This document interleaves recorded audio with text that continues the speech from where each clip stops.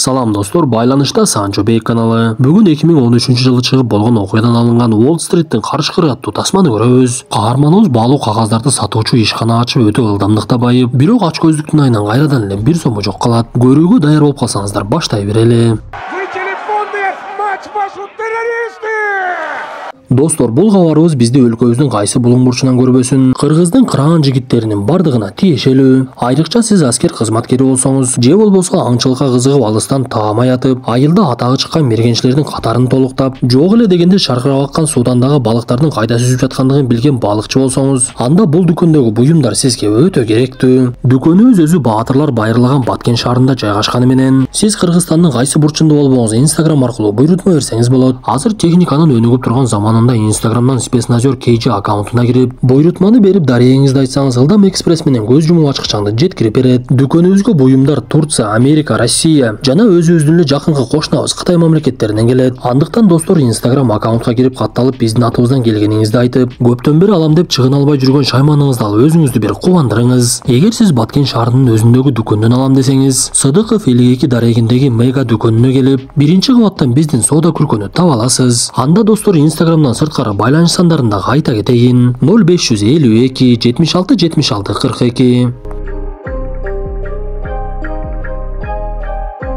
Тасманын башында Уолл-стритте баалуу кагаздарды саткан ишкананын башчысы Джордан Белфорд деген адамды көрөбүз. Ал өзү жөнүндө айтып 26 жашында миллионер болгондугун мактанып, ал аз келгенсип аялынын сулуу экендиги жөнүндө дагы кошумчалап, жана мындай байлыкка кантип жеткендигин башынан айтып бере баштайт. 1987 жылдын жаз айлары Белфорд 22 жашында үйлөнүп алып, өзү каалаган ишке орношуп, Уолл-стриттеги баалуу кагаздарды сатуучу болуп калат. Анда каарманыбыз ишкананын башчысы Марк Ханага дароо эле жагып калып, Марк Хана менен чогуу тамактанып отурганда, Марк каарманыбызга өзүнүн тартиби жөнүндө үйрөтө баштайт. Бул баалуу кагаздарды сатуучу болуш чындыгында татаал иш. Бирок мен бул нерсени элден өзгөчө болуп мыкты аткарыштын жолун таап алдым. Ал үчүн сен ар дайым баңгизат колдонушуң керек жана кануунун тез жүгүрүп туруш үчүн кол эмгекти бат-баттан жасап туруш керек. Мына мен күнүнө 2 жолу жасап турам деп каарманыбызга түшүнүксүз бир кеңештерди берип, андан сырткары алкоголду дагы тез ичип тургун деп айтат. Кыскасын айтканда, эч качан чарчабай өз ишиңди мыкты аткарып, ар дайым күчтүү жүрүш үчүн күнөөнүн бардык түрүн жасап өзүңдү эч эле токтотпогун дейт. Анда Белфордко орношкон жумушу өтө жагып, ал бат эле көнүшүп кетип, бирок арадан жарым жыл өтпөй эле өлкөдө катуу каатчылык башталат. Ошентип каарманыбыз бат эле жумушсуз калды. Ал үйүндө аялы Тереза менен сүйлөшүп отуруп, эмне иш кылсам деп ойлонуп, гезиттен издеп жатып, Лонг-Айлендте баалуу кагаздарды сатуучулар керек экендигин көрөт. Анда Белфорд дароо эле ошол жака барып жумушка орношууну сүйлөшө баштап, ал ишкана толугу менен мыйзамдуу эмес экендигин түшүнөт.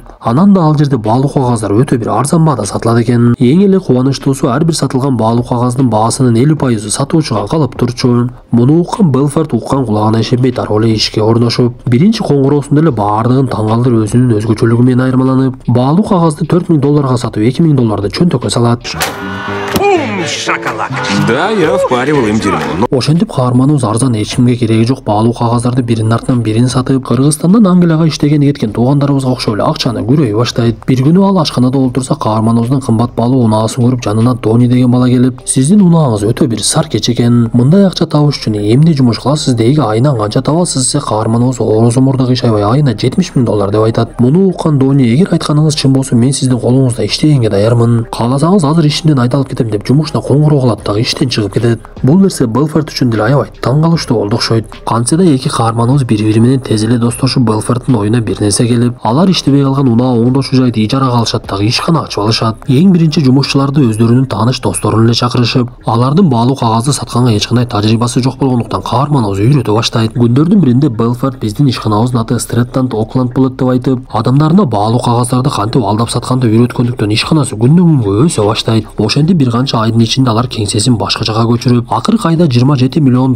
кирешеге киргендиктен майрамдай башташты. Белфорддун ишканасы майрамын дагы өтө бир туура эмес өткөрчү. Алар көчөдөгү аягы суюк кыздарды алып келип алышып, оондорду коюп, эркек аял аралашып эле оюн күлкү окузуп жыргай беришчү. Күндөрдүн биринде каарманыбыз тууралуу гезиттерге дагы чыгып, аны Уолл-стриттин карышкыры деп аташып, бул убакта аялы Тереза экөө Асанбайда курулган жаңы үйлөрдүн үстүнөн батир алышат. Каарманыбыз тууралуу гезитке жазылгандан кийин аны көпчүлүгү тааный баштап, 2 айдын ичинде эле ишканасы мурдагыдан караганда 2 эсе чоңоет. Каарманыбыз жумушчуларына жумуш ордунда баңгизат колдонсоңор болот деп уруксат бергендиктен кеңсенин ичинде иш кылганча эле мушташтар көбөйүп, такыр эле тартипсиздик пайда болгондуктан каарманыбыз атасы Максты жумушка алат. Ошентип атасы Макс кеңсенин күзөтчүсү болуп калып, ал кээ бир учурда баласына келип аябай урушуп, силер бир айда оюн зооку эле $500 000 коротот экенсиңер. Ушул кантип болсун деп ал жердеги бардыгын тилдеп, бир күнү баласы менен тынч олтуруп сүйлөшүп калат. Атасы баласына жакшы кеңешин бергенге аракет кылып, сен бул ишиңди токтотсоң жакшы болот эле. Сен саткан баалуу кагаздардан адамдар эч кандай киреше көрбөйт экен. Андан бир эле сен жана жумушчуларың киреше көрүп жатасыңар. Бир күн болбосо бир күн өзүңө кайтып калбасын десе, каарманыбыз атасынын сөзүн деле укпай, адаттагыдай эле ар бир тапкан акчасын жууп эле майрамдай башташат. Ушундай күндөрдүн биринде алардын отурушуна Наоми деген кыз келип калып, Белфорд аялы жанында турганына карабай ал кызга тийишип эле тааныша баштайт. Эртеси күнү жанагы кыздын байланыш сандарын алып аны менен жолугушууга чыгып, кечинде кыздын үйүнө барып өзүнүн аялы бар экенине карабай эле ала жипти аттап салат. Бирок кыңыр иш 40 жылда билинет дегенде булардыкы 3-4 күндө эле билинип, каарманыбызды аялы кармап алып, Белфорд менен урушуп талашып, анын аябай өзгөрүп кеткендигин түшүнүп дагы ажырашып кетет. Анда Белфорд убакытты кетирбей дароо эле Наоми менен жакындаша баштайт. Белфорд көп өтпөй эле Наоми менен Ысык көлдүн жээгинде үйлөнүү тоюн өткөрүп, тойдон кийин үй бүлөм менен жашаймын деп өтө бир чоң үй алат. Ошентип арадан 1,5 жыл өтүп Белфорд менен Наоми кыздуу болушуп, бирок Белфорд дагы деле өзүнүн жанагындай түшүнүксүз оюндарын тототпогондуктан Наоми менен ар дайым урушуп, эч эле тынч жашашпады. Бул убакта каарманыбыздын ишканасынын кирешеси көбөйүп, бирок мыйзамсыздыгы дагы аябай өрчүп, алар күндөрдүн биринде Стив Медек деген бут кийим чыгаруучу дизайнер менен келишим түзүшөт. Эгер бул келишим ийгиликтүү түзүлүп калса, каарманыбыздын ишканасы дагы бир кадам өйдөгө чыкмак. Ошондуктан Стив Медек алардын кеңсесине келсе, аны аябай макташып, Белфорд аны өзүнүн жумушчуларына тааныштырып, кеңседегилерге дагы бир жолу күч кубат берип коюуну чечет. Мындай учурда каарманыбыз өтө сөзгө чебер адам экендигин билебиз. Ал кол астындагыларга силер Стивдин ар бир баалуу кагазын сатышыңар керек. Анткени силер менин арыстанымсыңар. Үй бүлөңөр ар дайым бактылуу бай болуп жашашын кааласаңар кыймылдагыла. Мына мен кирейчиликте жашап көргөнмүн, ал жакта эч кандай пайда деле жок. Андан көрө башыңа бир мүшкүл түшсө, аны чоң бир унаанын ичинде олтуруп алып, $1000 костюмчумду кийип алып чечкениң жакшы да. Ошондуктан досторум, силерге берилген тапшырма, силер же баалуу кагазды сатасыңар, же болбосо өлүп каласыңар. Бул жашоодо тандоо деле көп эмес. Андыктан баштагыла деп эле ызы чууну салып, элдин баары иштей баштайт. Арадан 3 саат өтпөй эле ишкана 22 миллион киреше көрөт. Биз ушул жерде Патрик Деннон деген адам менен таанышабыз. Бул адам ФБРдин тыңчысы эле. Ал каарманыбыздын ишканасы Стрэттон Окланд өтө эле тез байып жаткандыгын байкап, аны текшере баштап, Джордан Белфорд жөнүндө маалымат чогулта баштаптыр. Бул тууралуу угуп калган Белфорд дароо эле өзүнүн юристине жолугуп, андан кеңеш сураса, юристи сен эчтеке кылбай эле өз ишиңди бүтүрө бер, аны менен жолукканга дагы аракет кылба дегенине карабай эле каарманыбыз жанагы тыңчыны чакырып, аны менен бетме бет таанышып сүйлөшүүнү чечет. Көрсө бул тыңчы дагы бир кезде баалуу кагаздарды сатуучу болуп иштегенге аракет кылып, бирок сынактан өтпөй калган учурлар болуптур. Ошондуктан Белфорд ага ар кайсы сөздөрдү айтып, биздин ишканабызда эч кандай мыйзамсыздык жок деп, тыңчынын көзүнчө өзүн колдон келишинче актаганга аракет кыла баштайт. Анан дагы каарманыбыз Патрикке, мен сизге жардам бергенге даярмын. Эгер кааласаңыз өзүмдүн тажрыйбамдан сатуучулукту үйрөтөмүн. Мен билгенден тыңчылардын айлыгы өтө эле аз. Балким башка жолду тандап көрөрсүз деп калп эле кагазга уруп пара сунуштайт. Көрсө Патрик пара албай таза иштеген тыңчылардын бири экен. Ошондуктан Патрик каарманыбызга карап, мен сиздин алдамчы экениңизди жүзүңүздөн карап эле байкап турамын. Сиз мамлекеттик кызматкерге пара сунуштаганга дагы аракет кылып жатасыз. Шашпаңыз, мен сиздин түбүңүзгө сөзсүз жетем деп ал жерден кетет. Анда Белфорд балеге кала баштагандыгын түшүнүп, акчасын бекитиштин жолун издеп, дүйнөдөгү эң коркунучсуз деп эсептелген Швейцариянын банктарына салууну чечет. Каарманыбыз биринчи эле тааныштары аркылуу Жан-Жак Саурель деген швейцариялык банкирди таап, аны менен бетме бет жолугуп эле сурай баштайт. Көрсө бир адамдын Швейцария банкынын эсебинде акчасы болсо, ал өз өлкөсүндө кылмыш кылса, ал банктан дагы акчасын алып кое алат экен. Ошондуктан каарманыбызга бир ой келип, башка бир жолун тандоону чечет. Көрсө анын аялы Наоминин Англияда жашаган эжеси бар экен. Белфорд дароо эле ошол кайнэжесине барып, анын аты Эмма экендигин билип, аны менен келишим түзүп өз оюн айтса, Эмма дароо эле макул болот. Бирок эми маселе акчаларды Америкадан Швейцарияга жеткириш болот. Анда каармандарыбызда дагы бир ой пайда болуп, Бред деген баңгизат саткан таанышын чакырып, Бреддин кайын журту швейцариялык болгондуктан ошолор менен иштөөнү чечишет. Аэропорттун кызматкерлерин дагы акчага сатып алышып, накталай акчаны чемоданга салышып эле $20 миллион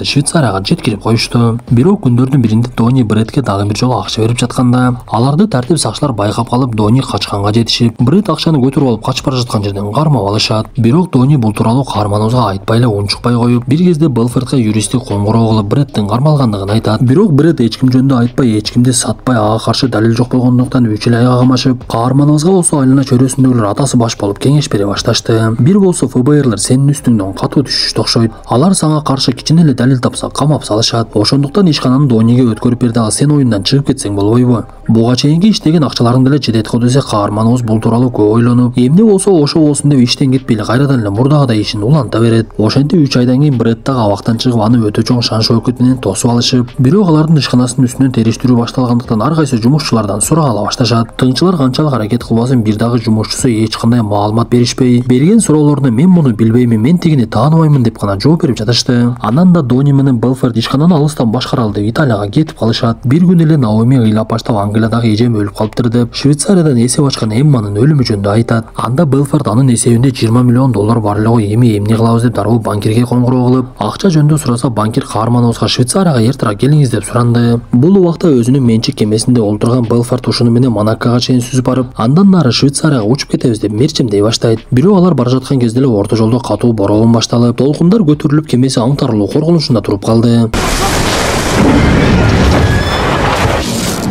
Анда Белфорд мен Титаниктен чөгүп өлгөнүм жетишет, мунусунда өлбөшүм керек деп кыйкырынып, бактыга жараша кемеси аңтарылган кезде куткаруучулар келип куткарып калат. Бул окуя каарманыбызга аябай чоң сабак болду окшойт. Анткени ал өлбөй алганда шүгүр кылып ичимдикти дагы баңгизатты дагы таштап, мурдагыдай эле ишин улантып жада калса жарнамаларын дагы тарта баштайт. Бирок ошондой күндөрдүн биринде каарманыбызды тыңчылар келип кармап кетет. Көрсө жанагы Швейцариядагы банкир өзүнүн башка бир кылмыш иши үчүн түрмөгө түшкөндүктөн Белфорд жөнүндө дагы бардык чындыкты айтып бериптир. Эми тыңчыларда каарманыбызга каршы өтө чоң далил бар эле.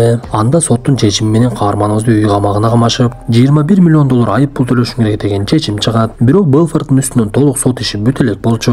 Ошентип ал Швейцариядагы акчасын жоготуп, айып пулду кантип төлөймүн деп үйүн сатууну чечип, бул тууралуу аялы менен сүйлөшөйүн деп жатса эле Наоминин көңүлү такыр башкада экендигин байкайбыз. Көрсө ал Белфорддун иши чатак экендигин түшүнүп, аны менен ажырашууну чечиптир. Бул келесоо Белфорд биринчи аялы менен жакшынакай жашаганда балким мындай нерсе болбойт беле. Сулуулугуна кызыгып Наомини алып алып эми акчасы түгөнө баштаган кезде Наоми аны менен ажырашып акырын тайып кетейин деген ойдо окшойт. Ошентип экөөнүн ортосунда катуу уруш башталып, кызымды сага бербеймин деп бири-биринен талашып, 2 жылдан бери баңгизат колдонбой калган каарманыбыз бекитип койгон жерден алып чыгып эле баңгизатын колдонуп жиберет. Ушундай күндөрдүн биринде тыңчылар каарманыбызга жолугуп, сизди 20 жылга каматканга толук мүмкүнчүлүгүбүз бар. Далилдерди жетишинче таап койдук. Бирок сизге бир сунушубуз бар. Сиз башка досторуңузду дагы сатышыңыз керек. Ошондо сиз 4 жыл эле камалып чыкканга мүмкүнчүлүк болот десе, каарманыбыз эмне кылышын билбей, акыр аягы макулдугун берип, денесине микрофонду орното башташат. Бирок ал барып Дони менен жумуштар тууралуу сүйлөшүп жатып, ага атайын кагазга жазып, башка эле нерселерди сүйлөп, мага микрофон орнотуп коюшту деген белгисин берет. Ошентип Белфорд өзүнүн ишканасындагы кээ бир адамдар тууралуу маалымат берип, арадан көп күн өтпөй эле каарманыбызды 3 жылга түрмөгө камап салышат.